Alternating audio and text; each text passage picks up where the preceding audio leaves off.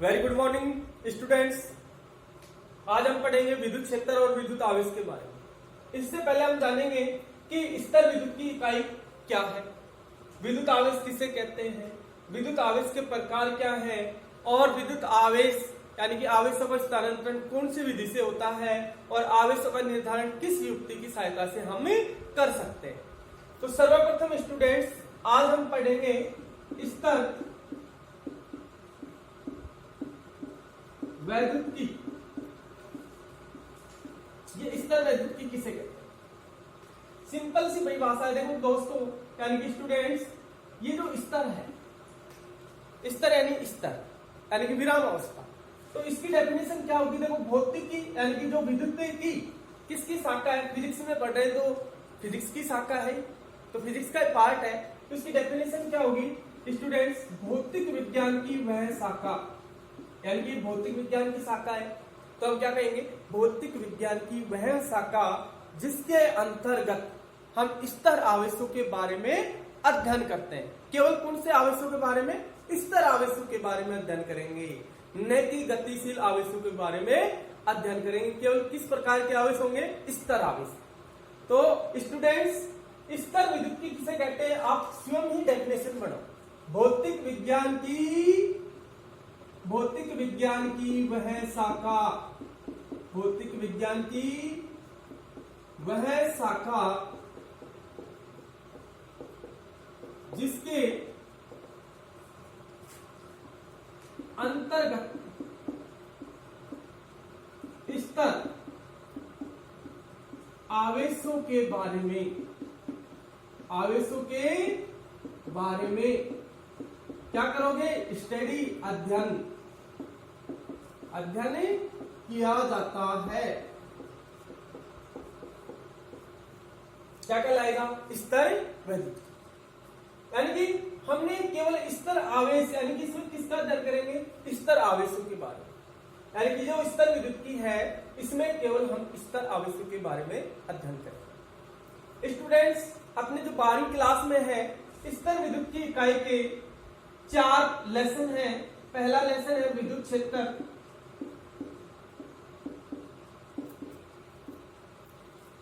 और दूसरा है गाउस के अनुप्रयोग,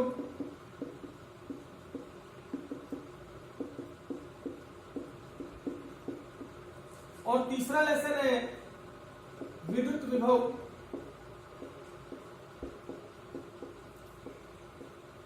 और चौथा लेसन है विद्युत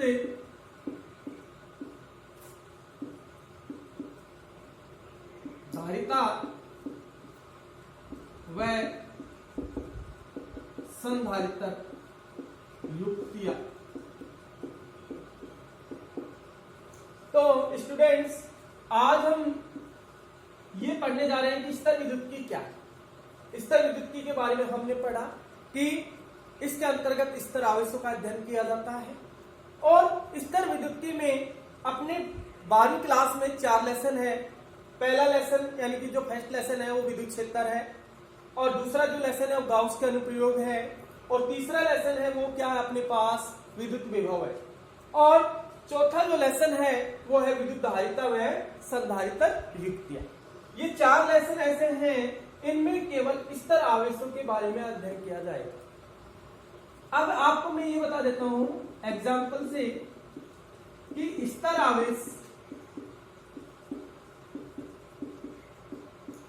आवेश ही के विद्युत क्षेत्र उत्पन्न करते हैं। क्या उत्पन्न करते हैं? विद्युत क्षेत्र उत्पन्न करते हैं। लेकिन आपका क्वेश्चन ये है कि सर स्तर आवेश तो विद्युत क्षेत्र उत्पन्न करते हैं, लेकिन गतिशील आवेश क्या उत्पन्न करेंगे? और तो यही प्रश्न आपका है कि गतिशील आवेश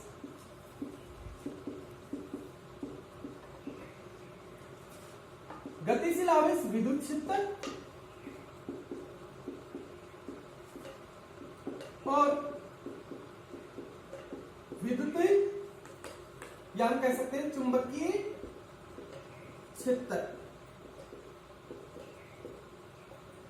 स्टूडेंट्स गतिशील आवेश क्या उत्पन्न करता है? विद्युत क्षेत्र और चुंबकीय क्षेत्र। ये अपने आरबीएससी बोर्ड में 2013 में पूछा गया था ये प्रश्न कि गतिशील आवेश किस प्रकार का क्षेत्र उत्पन्न करते हैं, विद्युत क्षेत्र और चुंबकीय क्षेत्र। हम इस शाखा में केवल किसके बारे में अध्ययन करेंगे, स्तर आवेश के बारे में, तभी तो हम विद्युत क्षेत्र के बारे में पढ़ेंगे। तो आपको ये भी बता देते हैं कि धारावाही जो चालक होते हैं, धारावाही चालक ये किस प्रकार का क्षेत्र उत्पन्न करते हैं स्टूडेंट्स, ये केवल चुंबकीय क्षेत्र उत्पन्न करते हैं। क्या उत्पन्न करते हैं, चुंबकीय क्षेत्र। अगर गतिशील आवेश यानी कि आवेश तो गतिशील है, आवेश गति कर रहा है, और क्या उत्पन्न करता है, विद्युत क्षेत्र और चुंबकीय क्षेत्र। लेकिन जब इसका जो वेग है यानी कि इसका जो वेग है वो क्या हो, समान, यानी कि इसका वेग क्या हो, समान, तब ये दोनों क्षेत्र उत्पन्न करता है। और जब इसका वेग असमान हो तो क्या होगा, जब इसका वेग असमान हो या त्वरित हो, वेग क्या हो, त्वरित हो, तो क्या उत्पन्न करेगा, विद्युत क्षेत्र और चुंबकीय क्षेत्र ही उत्पन्न करेगा। लेकिन इसके साथ में विद्युत चुंबकीय तरंगे भी उत्पन्न करेगा। विद्युत चुंबकीय तरंग जानते हो, मैंने आपको एक ट्रिक दिखाई थी गायब दास रेट, उसके अकॉर्डिंग आप लोग इसमें पढ़ोगे। तो हम सबसे पहले स्तर विद्युत की चर्चा कर रहे हैं, भौतिक विज्ञान की वह शाखा जिसके अंतर्गत हम स्तर आवेशों के बारे में अध्ययन करते हैं, स्तर विद्युत कहलाती है। स्तर विद्युत की यानी कि कौन कौन से लेसन है जो आपको +2 क्लास में पढ़ने के लिए मिलेंगे। उसमें फर्स्ट लेसन है विद्युत क्षेत्र, दूसरा लेसन है गाउस के अनुप्रयोग, और तीसरा लेसन है विद्युत विभव, और चौथा लेसन है विद्युत धारिता एवं संधारिता। और इसके एग्जाम्पल यानी कि स्तर आवेश, यानी कि स्तर आवेश विद्युत क्षेत्र उत्पन्न करता है, तो गतिशील आवेश क्या उत्पन्न करेगा, तो गतिशील आवेश विद्युत क्षेत्र और चुंबकीय क्षेत्र दोनों उत्पन्न करेगा। जब वेग समान होगा तो विद्युत और चुंबकीय क्षेत्र दोनों उत्पन्न करता है, और जब वेग असमान यानी कि आवेश क्या है, त्वरित है, तो त्वरित है तब इसके साथ चुंबकीय तरंगे भी निकलेंगी। और धारावाही चालक क्या उत्पन्न करते हैं, चुंबकीय क्षेत्र उत्पन्न करते हैं। तो इस तरीके से हमने स्तर विद्युत के बारे में पढ़ा, और स्तर विद्युत की जो यानी कि अनुप्रयोग है, स्तर विद्युत के जो अनुप्रयोग है वो यानी कि जैसे सिस्मोग्राफी, सिस्मोग्राफी के बारे में आप जानते हो, भूकंप की तीव्रता मापने का यंत्र है। फोटोग्राफी,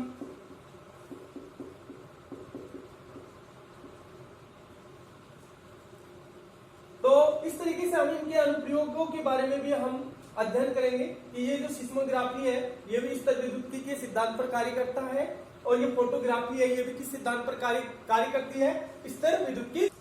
हम पढ़ रहे हैं नंबर दूसरा जो टॉपिक अपना विद्युत आवेश। ये जो विद्युत आवेश है किसे कहते हैं स्टूडेंट्स, इस बात का विशेष ध्यान रखना कि हम इसमें स्तर आवेशों के बारे में अध्ययन करेंगे इस लेसन में। तो विद्युत आवेश क्या है, तो हमें आवेश के बारे में पता भी होना चाहिए कि आवेश किसे कहते हैं। आपको मालूम है अच्छी तरह से कि हमने पढ़ा है, घर पे अध्ययन किया है कि मोबाइल को चार्ज लगा दो। किसको चार्ज में लगा रहे हो, मोबाइल को चार्ज में लगा रहे हो।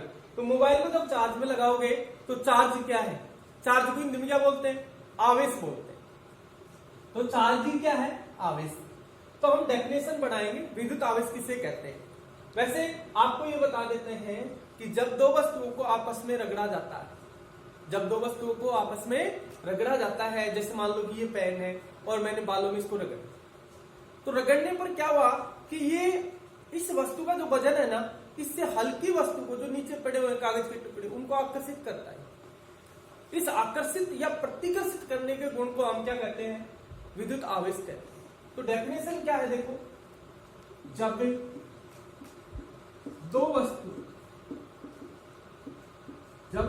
दो वस्तुओं को आपस में रगड़ा जाता है, क्या किया जाता है, रगड़ा जाता है, तो विद्युत या आकर्षण व प्रतिकर्षण का गुण आ जाता है। प्रतिकर्षण का गुण आ जाता है, इसे विद्युत आवेश कहते हैं। क्या कहते हैं स्टूडेंट्स? विद्युत आवेश कहते हैं। तो परिभाषा क्या हुई?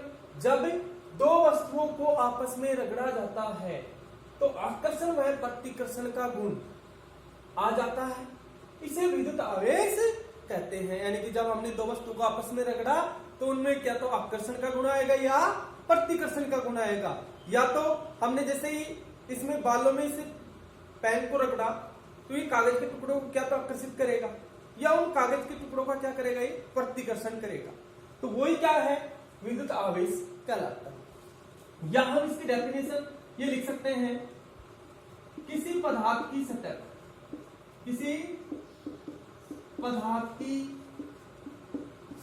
पर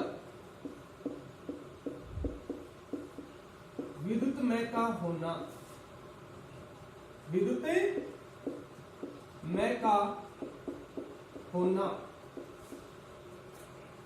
क्या कहलाता है? विद्युत आवेश। यानी कि किसी पदार्थ की सतह पर क्या होना? विद्युतमय का होना ही क्या कहलाता है? आवेश कहलाता है। आपको ध्यान रखने की बात यह है स्टूडेंट्स कि जैसे परमाणु है, परमाणु पर कोई आवेश नहीं होता है। परमाणु पर जो आवेश है वो नहीं है, परमाणु पर कोई आवेश नहीं है। ऐसे किसी भी पदार्थ यानी किसी भी वस्तु पर आवेश नहीं होते। वस्तु पर क्या नहीं होते हैं? आवेश नहीं होते हैं।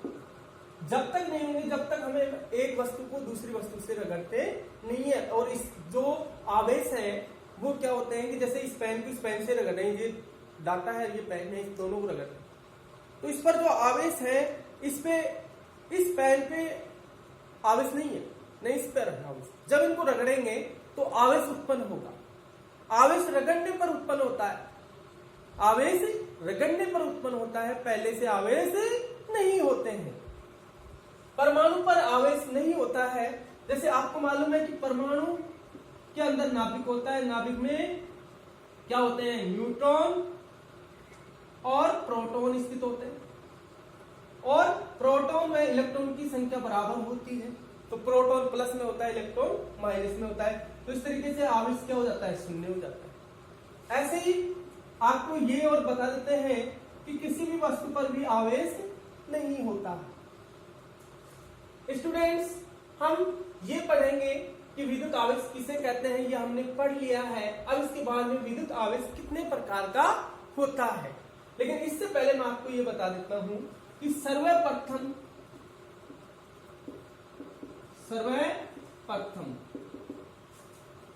थेलस ने, उनसे वैज्ञानिक ने, थेलस ने 600 ईसा में एक प्रयोग किया।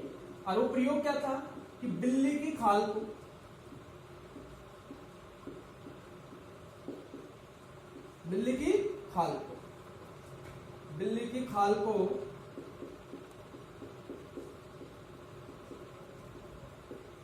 एम्बर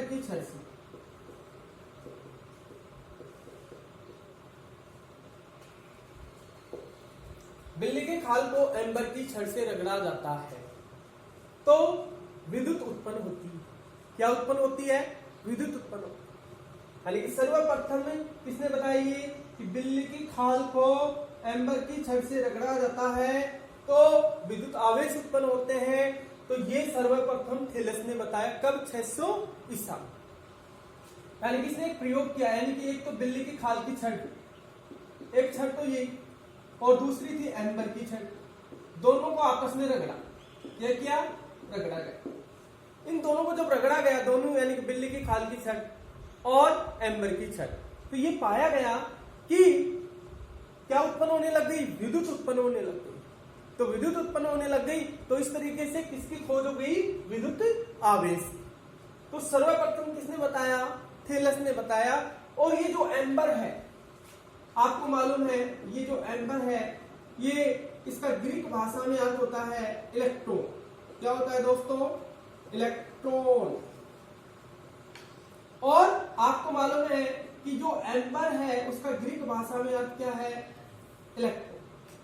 तो इलेक्ट्रॉन से क्या बना है? इलेक्ट्रोसिटी। Electron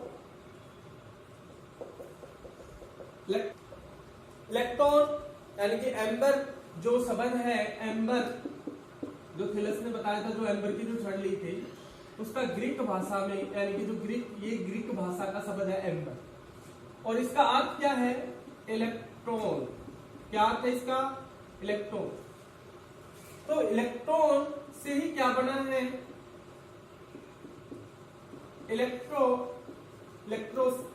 electricity.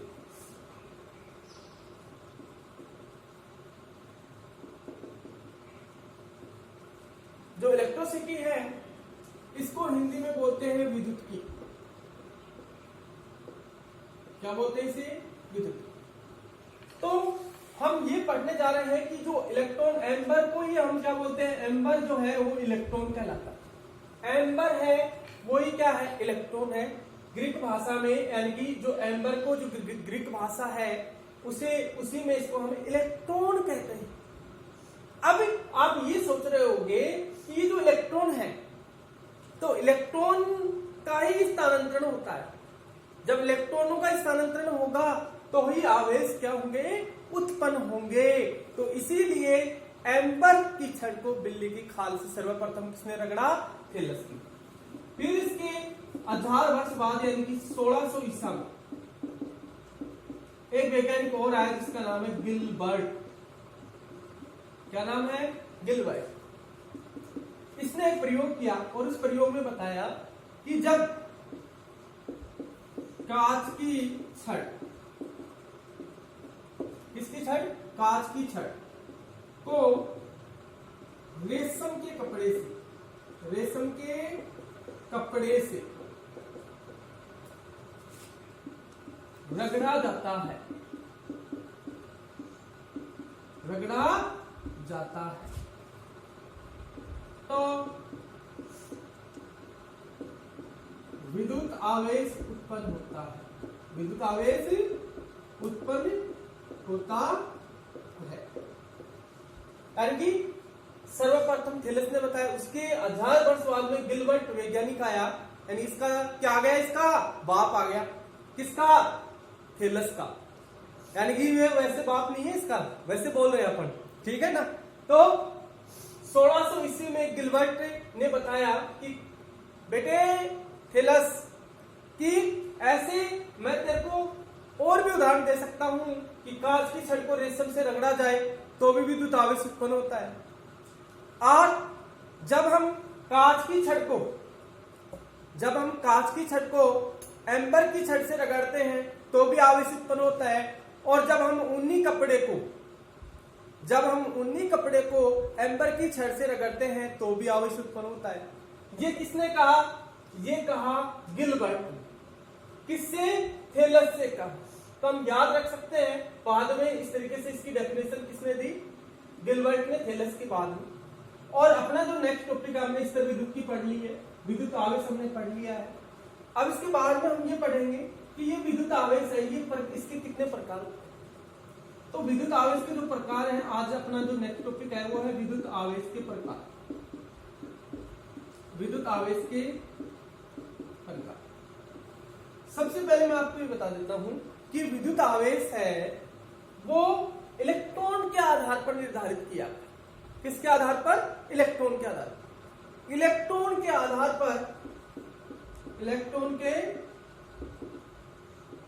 आधार पर आवेश, इलेक्ट्रॉन के आधार पर आवेश दो प्रकार का होता है। एक आता है धनात्मक आवेश और दूसरा है ऋणात्मक आवेश। यानी कि धनात्मक आवेश और दूसरा क्या अपने पास? ऋणात्मक आवेश। इन दोनों का धनात्मक नाम और ऋणात्मक नाम देने वाले वैज्ञानिक का नाम है बेंजामिन फ्रैंकलिन। क्या नाम है वैज्ञानिक का? Benjamin Franklin. हम पढ़ रहे हैं विद्युत आवेश कितने प्रकार का है? 2 प्रकार का, धनात्मक आवेश, ऋणात्मक आवेश। किसके आधार पर? इलेक्ट्रॉन के आधार पर। जिस वस्तु यानी कि किसी वस्तु में इलेक्ट्रॉन की कमी होती है, किसी वस्तु में इलेक्ट्रॉन की कमी होगी तो वो क्या कहलाएगा? धनावेशित। कैसी वस्तु कहलाएगी वो? धनावेशित। यदि इलेक्ट्रॉन की अधिकता हो जाएगी तो वो क्या कहलाएगी? ऋणावेशित। तो स्टूडेंट्स, हम ये पढ़ रहे हैं कि धनात्मक आवेश किसे कहते हैं। तो धनात्मक आवेश किसे कहते हैं? जब किसी वस्तु पर इलेक्ट्रॉन की कमी होती है तो उस पर धनावेश उत्पन्न होता है, और जब किसी वस्तु पर इलेक्ट्रॉन की अधिकता होती है, यानी कि इलेक्ट्रॉन अधिक हो जाते हैं, इलेक्ट्रॉन क्या हो जाते हैं? अधिक हो जाते हैं, तो किसकी कमी होती है? इलेक्ट्रॉन की अधिकता हो गई, इलेक्ट्रॉन की अधिकता हो गई तो ऋण आवेश उत्पन्न हो रहा है। तो इस तरीके से आवेश कितने प्रकार का है? 2 प्रकार का। और हम ये पढ़ रहे हैं, विद्युत आवेश के प्रकार। तो यानी कि विद्युत आवेश के जो प्रकार है वो कैसे निर्धारित हुए? विद्युत आवेश कितने प्रकार का है? 2 प्रकार। तो विद्युत आवेश का निर्धारण कैसे हो? यानी कि विद्युत आवेश 2 ही प्रकार के, इसका निर्धारण कैसे हो? तो देखो, सर्वप्रथम 2 कांच की छड़। ये क्या है? 2 कांच की छड़। किसकी छड़ है? ये दोनों ही कांच की छड़। हमने 2 कांच की छड़ ली, और सेकंड में हमने 2 ही एम्बर या एबोनाइट की छड़ ली, एम्बर की छड़।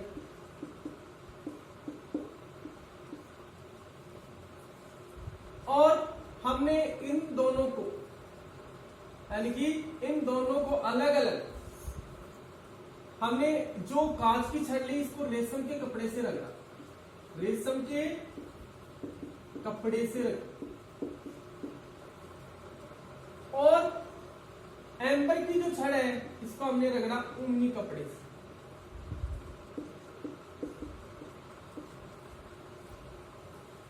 इसको हमने रगड़ा रेशम के कपड़े से, इसको कांच की छड़ को, और एम्बर की छड़ को रगड़ा हमने ऊनी कपड़े से। अब हमने इन दोनों छड़ों को रगड़ के रख दिया ऐसे। जैसे रगड़ा तो इन दोनों के मध्य क्या उत्पन्न हुआ? दोनों ही कांच की छड़ें रगड़ने के बाद में, यानी कि रगड़ने के बाद की स्थिति है, रगड़ने के बाद क्या हुआ? इन दोनों के मध्य क्या होने लग गया? प्रतिकर्षण।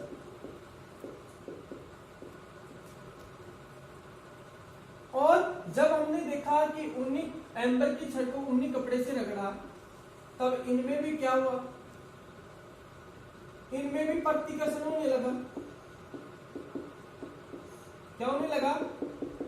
प्रतिकर्षण। ये दोनों ही छड़ किसके हैं? एम्बर की छड़ है, एम्बर की छड़। और ये दोनों ही छड़ किसकी है? कांच की छड़। तो इस तरीके से हमने देखा कि जब एम्बर की छड़ को ऊनी कपड़े से रगड़ा जाता है तो भी प्रतिकर्षण हो रहा है, और जब कांच की छड़ को रेशम के कपड़े से रगड़ा जा रहा है और दोनों कांच की छड़ को रखा गया, दोनों ही कांच की छड़ है, ये दोनों क्या है? ये कांच की छड़। जब रगड़ा तो भी क्या हो रहा है? प्रतिकर्षण हो रहा है। तीसरे प्रयोग में हमने देखा कि कांच की छड़, एक तो हमने ली कांच की छड़ और एक हमने ली एम्बर की छड़।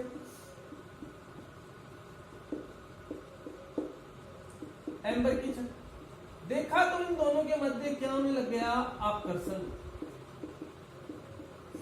तो इस तरीके से आवेशों का निर्धारण हुआ कि धनात्मक आवेश, ऋणात्मक आवेश।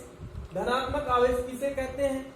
जिसमें यानी कि जब किसी वस्तु में इलेक्ट्रॉन की कमी होती है, यहां पर इलेक्ट्रॉन की कमी है, यहां पर इलेक्ट्रॉन की अधिकता है, यानी कि इसमें जो यहां है ना, यहां इलेक्ट्रॉन की अधिकता, इलेक्ट्रॉन की अधिकता है तो ऋणावेशित कहलाएगा, और इलेक्ट्रॉन की कमी है, इलेक्ट्रॉन की कमी है यहाँ पर प्लस आवेश ज्यादा है, इलेक्ट्रॉन नहीं है, तो इलेक्ट्रॉन की कमी यहां पर इलेक्ट्रॉन की क्या है, अधिकता। तो ये किस प्रकार के आवेश कहलाए, ऋणात्मक आवेश, और ये किस प्रकार के आवेश कहलाए, धनात्मक आवेश। अब इसी से स्पष्ट हुआ, निष्कर्ष क्या निकला इससे। नंबर 1 निष्कर्ष ये था कि प्लस प्लस प्लस प्लस का क्या है, सम्मान, और माइनस माइनस भी क्या है, सम्मान। तो सम्मान प्रकृति के आवेश, समान प्रकृति के आवेश प्रतिकर्षण करते हैं, या हम कह सकते हैं कि समान प्रकृति के आवेश प्रतिकर्षण करते हैं, या हम कह सकते हैं सजातीय आवेश प्रतिकर्षण करते हैं। दूसरा निष्कर्ष ये निकला इनमें, आप देखो कि एक प्लस का है एक माइनस का है, तो दोनों के मध्य क्या हुआ, आकर्षण हुआ। तो दोनों ही क्या है, एक प्लस जाति का है एक माइनस जाति का है, तो यानी कि तो प्लस और एक माइनस, दोनों पर आवेश की प्रकृति कैसी है, विपरीत है। तो हम कह सकते हैं विपरीत प्रकृति के आवेश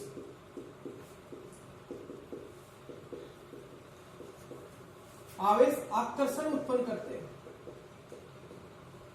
या हम कह सकते हैं विजातीय आवेश क्या उत्पन्न करते हैं, प्रतिकर्षण। और सजातीय आवेशों में हमेशा प्रतिकर्षण होता है और विजातीय आवेशों में आकर्षण होता है। कैसे, आप ही देख लो, आपकी कक्षा में दो भाई एक साथ पढ़, अब दोनों में क्या होगा, कंपटीशन है। 12वीं में हो तो परसेंटेज बनानी तो पड़ेगी आप लोगों को, तो परसेंटेज के लिए आप लोग क्या करोगे, तो आप एक दोनों भाई हो समान प्रवृत्ति के, तो दोनों में क्या होगा, दोनों में प्रतिकर्षण होगा। यदि दोनों अलग अलग हैं भाई और दोनों नजदीक बैठे हैं तो एक दूसरे से कॉपी भी ले लेते हैं, तो उनमें क्या होता है, आकर्षण होता है। और आकर्षण हमेशा विजातीय यानी कि अलग अलग जाति के व्यक्तियों में ज्यादातर आकर्षण मिलता है, और समान जाति के व्यक्तियों में प्रतिकर्षण मिलता है देखने के लिए। तो इसी तरीके से हम पढ़ सकते हैं, जैसे कोई यादव है तो वो यादव से क्या करेगा, प्रतिकर्षण करेगा, दूर रहने की कोशिश करेगा। और यादव है, उसके पास में कोई सैनी बैठा हुआ है, तो उस सैनी से वो क्या करेगा, मित्रता करेगा। वो मित्रता ही क्या है, आकर्षण है। तो इस तरीके से भी हम समझ सकते हैं। अपने एक न्यूमेरिकल है, छोटा सा न्यूमेरिकल प्रॉब्लम है, छोटी सी, आप ही आंसर देना, Q1 प्लस Q। इससे पहले एक एग्जांपल हम ये ले रहे हैं, Q1 और Q, ये दोनों मान 0 से बड़ा। दूसरा एग्जांपल हम ले रहे हैं Q1 और Q2 0 से कम है दोनों ही मान। और तीसरा जो एग्जांपल ले रहे हैं Q1 प्लस में Q2 बराबर 0। तो स्टूडेंट्स आप ही पता लगाओ कि इसमें किस प्रकार का आवेश उत्पन्न होगा, इसकी प्रवृत्ति क्या होगी, इसमें किस प्रकार की प्रकृति होगी आवेश। तो देखो 0 से अधिक कब होगा, ये मान 0 से अधिक कब होगा, जब प्लस में आए। और जब हम प्लस को प्लस से गुणा करते हैं, दोनों के बीच में गुणा का साइन, प्लस को प्लस से गुणा करते हैं प्लस साइन आता है, प्लस को प्लस से गुणा करते हैं तो क्या आता है, प्लस आता है। और माइनस को माइनस से गुणा करते हैं तो भी क्या आता है, प्लस आता है, जो 0 से क्या है, बड़ा है। तो आप स्वयं देख लो कि दोनों आवेश कैसे हैं, प्लस, या दोनों ही क्या है, माइनस। तो इनके मध्य क्या होगा, प्रतिकर्षण। Q1 और Q2 Q1 और Q2 दोनों 0 से कम, इसका मतलब साइन क्या आएगा, माइनस में आना चाहिए, यानी कि आंसर इन दोनों को गुणा करें तो आंसर क्या आना चाहिए, माइनस में। तो आपको मालूम है जब माइनस को प्लस से गुणा करते हैं तो माइनस आता है, या प्लस को माइनस से गुणा करते हैं तो भी क्या आता है, माइनस। तो आपको मालूम है एक माइनस और एक क्या है, प्लस, तो दोनों क्या है, विपरीत प्रकृति के हैं, तो इनके मध्य क्या उत्पन्न होगा, आकर्षण। अब देखो इसमें Q1 प्लस में क्या है, Q2। आपको मालूम है कि यदि Q1 प्लस Q2 दोनों जुड़े हुए हैं, बराबर में 0 है, इसको इधर लेके आओ तो क्या होगा, Q1 माइनस Q2। इस पर आवेश कैसा है, प्लस, और इस पर क्या है, माइनस, तो दोनों के मध्य क्या होगा, आकर्षण। इस तरीके से आप ये एग्जाम, ये जो आपको मैं दे रहा हूं, ये जो क्वेश्चन है आपको घर से करना है। Q1 माइनस Q2 बराबर 0, बताओ किस प्रकार से, यानी इसकी प्रवृत्ति क्या होगी, इसकी प्रकृति क्या होगी आवेश। Q1 माइनस Q2 बराबर 0, इसमें किस प्रकृति का आवेश उत्पन्न होता है, ये आपको घर से हल करके बताना है। और आप जो भी इस चैनल को देख रहा है वो कमेंट बॉक्स में लिख के इसका आंसर देवें। इसका जो आंसर है Q1 माइनस Q2 बराबर 0, तो इसमें किस प्रवृत्ति का आवेश उत्पन्न होगा, ये आपको कमेंट बॉक्स में लिख के बताना है। अब नेक्स्ट हम पढ़ेंगे, हमने आवेश के प्रकार पढ़े, और अब हम जो पढ़ने जा रहे हैं आवेशन की विधि क्या है, यानी कि आवेश की विधि क्या है, आवेश यानी कि किस प्रकार से स्थानांतरित होता है। तो सबसे पहले जो विधि है वो है, या तो हम कह सकते हैं इसे घर्षण विद्युत, घर्षण विद्युत, या इसको हम कह सकते हैं घर्षण आवेशन।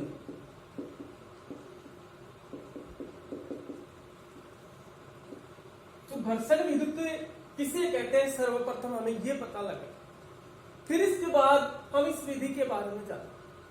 तो घर्षण विद्युत किसे कहते हैं, जब दो वस्तुओं को, जब दो वस्तु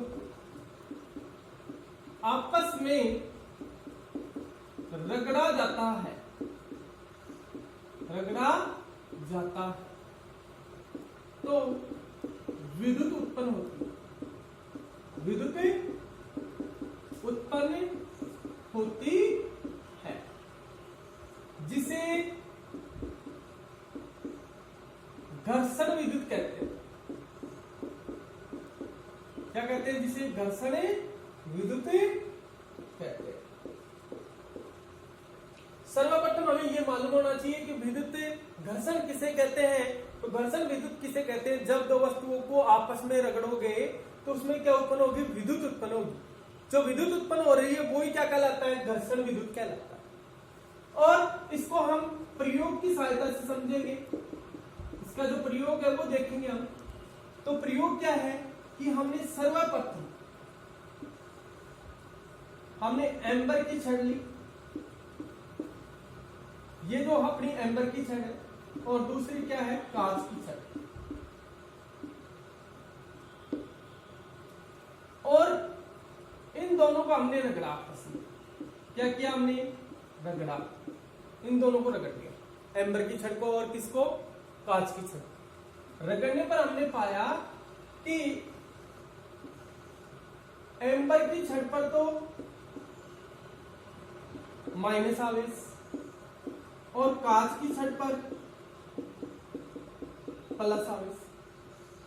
इसी प्रकार एक प्रयोग और करके देखा हमने। वो प्रयोग क्या था कि हमने एक ऊनी कपड़ा लिया, ऊनी कपड़े को हमने एम्बर की छड़ से रगड़ा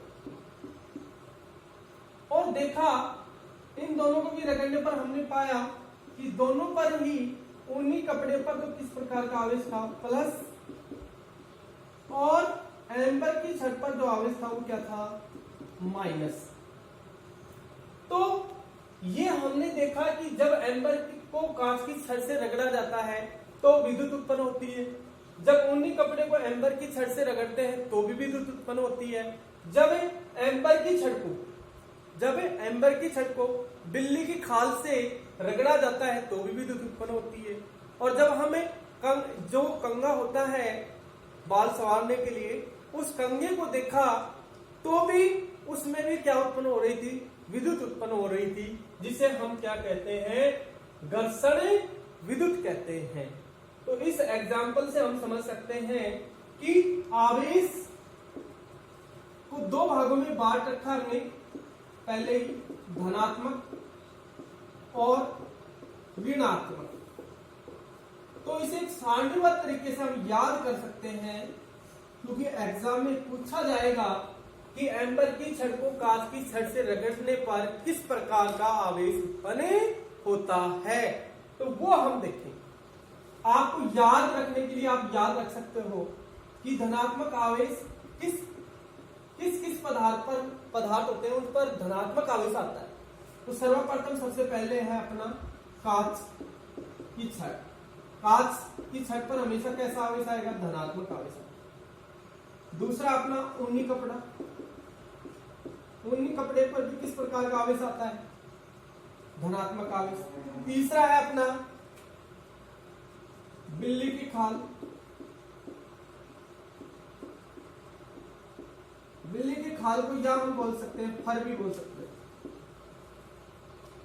और बाकी जो बच गए वो सारे के सारे क्या है? ऋणात्मक। जैसे क्या?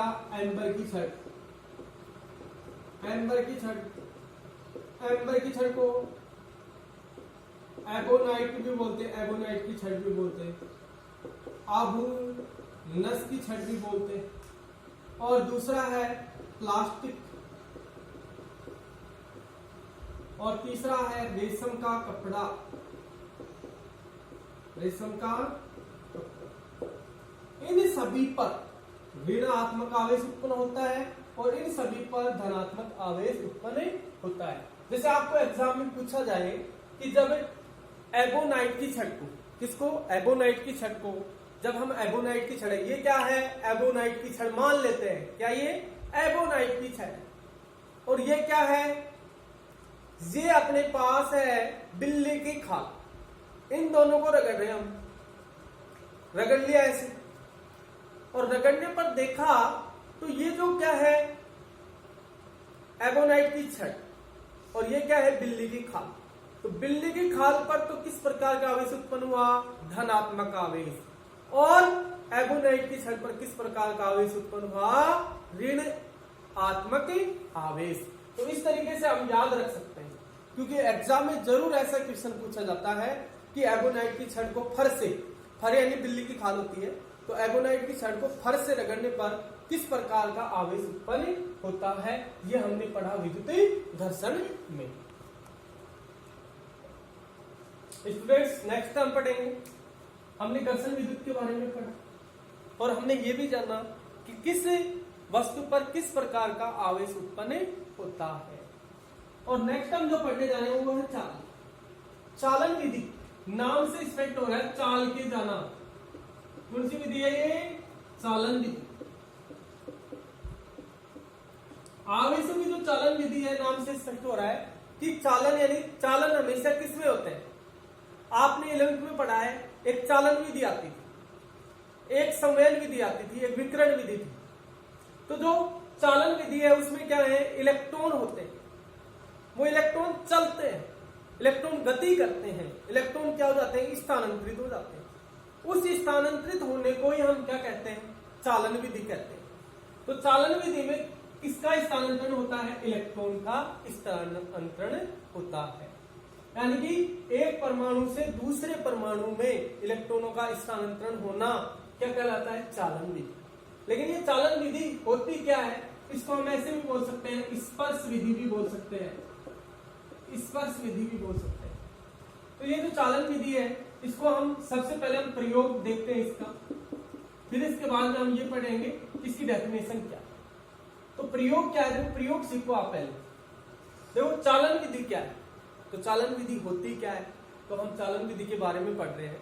तो जो चालन विधि है वो सर्वप्रथम हमें ये देखना है कि इसका प्रयोग, सर्वप्रथम जो प्रयोग है चालन विधि का, हमने एक अनावेशित, किस प्रकार का गोला है ये जो बना है ये धातु का है, और ये जो भाग है ये क्या है? कुचालक है। और ये कैसा है? अनावेशित। अनावेशित का तो आप जानते हो, जिस पर कोई आवेश नहीं हो। ऐसी वस्तु जिस पर कोई आवेश नहीं हो उसे क्या कहते हैं? अनावेशित वस्तु। ऐसी वस्तु जिस पर आवेश हो उसे क्या कहते हैं? आवेशित वस्तु। अनावेशित का दूसरा नाम क्या है? उदासीन। इसको हम उदासीन भी बोल सकते हैं। स्टूडेंट्स, हम अनावेशित वस्तु को, ये अपने पास कोई आवेशित वस्तु है, कैसा आवेश है ये? प्लस आवेश है। कैसी वस्तु है ये? आवेशित वस्तु। इन दोनों को पास लेके आया, यानी कि हमने इन दोनों को स्पर्श करवाया, संपर्क में लेके आया। इस पर कैसा आवेश था? प्लस आवेश। और इस पर किस प्रकार का आवेश है? कोई आवेश नहीं, लेकिन इसके कुछ आवेश इसमें चले गए, तो आवेशों का क्या हो गया? स्थानांतरण हो गया। आवेशों का क्या हो गया? स्थानांतरण। और हमने पाया कि इस पर प्लस आवेश और दूसरे वाले गोले पर भी क्या आ गए? प्लस आवेश। तो इस प्रकार क्या हो गया? आवेशों का स्थानांतरण हो गया। क्या हो गया? आवेशों का स्थानांतरण हो गया। तो चालन विधि किसे कहते हैं? बिल्कुल सी सिंपल, यानी कि सिंपल सी डेफिनेशन है। क्या है कि जब किसी, देखो आप इसी से बनाओ, इसी प्रयोग से बनाओ। जब किसी, क्या ये अनावेशित क्या ये वस्तु है? अनावेशित वस्तु, जब किसी अनावेशित वस्तु को, ये क्या है? आवेशित वस्तु। आवेशित वस्तु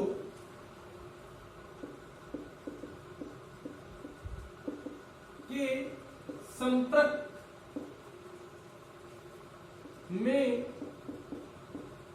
रखा जाता है,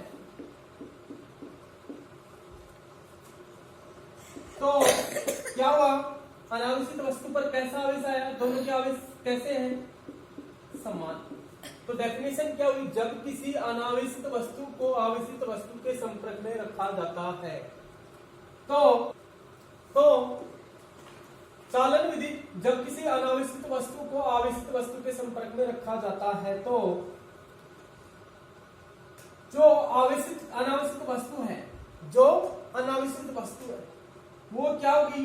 आवेशित हो। तो अनावेशित वस्तु